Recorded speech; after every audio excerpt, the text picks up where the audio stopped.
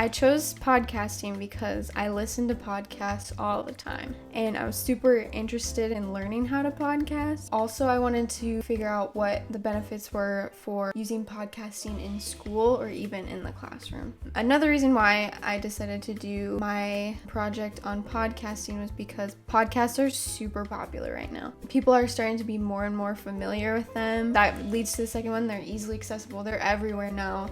You can easily find them. You can easily listen to them. While I was working on my project, I learned that podcasting can be super simple. It's not as hard or complicated as you may think it is. For this presentation, I want to go over why podcasts are great to use, when you can use them, and then how you can use and apply them to other skills. So it's a great foundational tool. First, why are podcasts great for using in school and with learning? Like, what are the benefits of podcasts? A podcast is great for passive learning. You can listen to one while doing something else. So essentially, it's perfect for multitasking. You can also listen to a podcast wherever, whenever, so it makes education super accessible. The student can listen to something whenever they have the time to or whenever is most convenient for them. In this time of remote online learning, it's not easy for all the students to meet together. So another reason why I think podcasts are super convenient is that students can listen to a lecture and get to know their teacher without being there in person. It's a great way to record lessons for those students that are not there. When you're listening to audio, your brain has to keep up with the pace of the audio is going, and it does not have time to wander off the way it can when you're simply reading from a textbook. You have to think actively when you're listening. So rather than watching something, you have the opportunity to create your own visuals in your head while you're listening to the audio, and that helps you remember it even more. It's great for active learning. Podcasts can be used to accommodate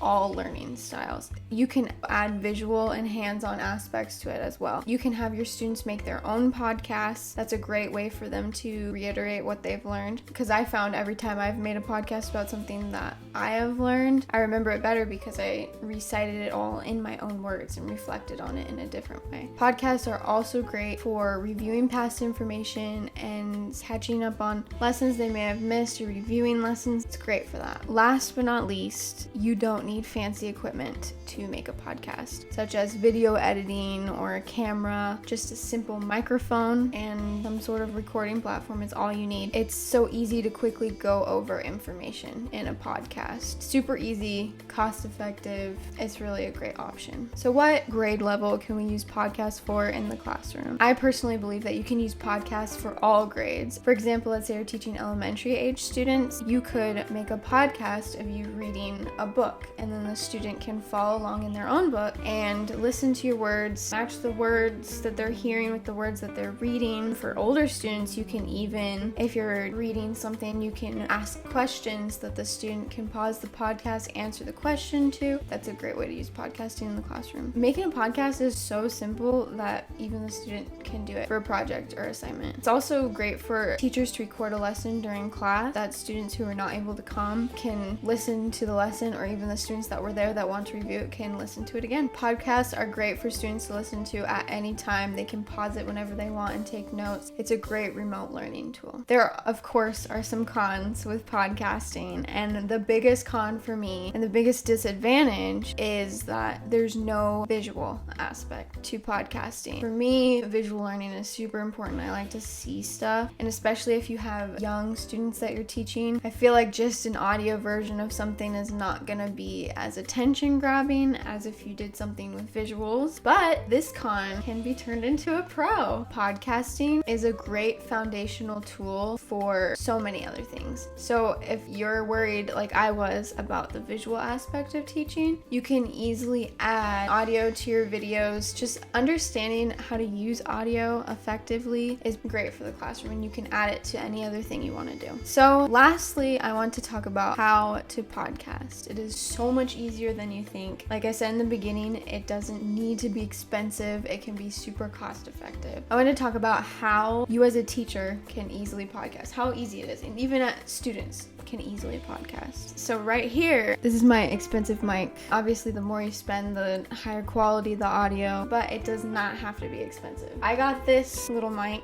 for like $30. If you have just regular headphones or even earbuds, they come with a built-in mic right here. It's so easy to record a podcast. A podcast is just recording your audio. You don't need a $100 mic to make a podcast, and that's why it's such an easy tool for the classroom. For recording apps, your computer or laptop most likely already has a free app included on there that has great recording features. Apple, Mac has apps like GarageBand and iMovie, and they're free, super simple to record and then edit your recordings before you post them. Not only are the tools needed for podcasting simple and inexpensive, understanding how to use audio and record audio is just a great skill to have that you can apply to anything else. So that's why I love podcasting, and I will definitely be doing it more. I learned so much about it, and I just think it's a great tool for every teacher.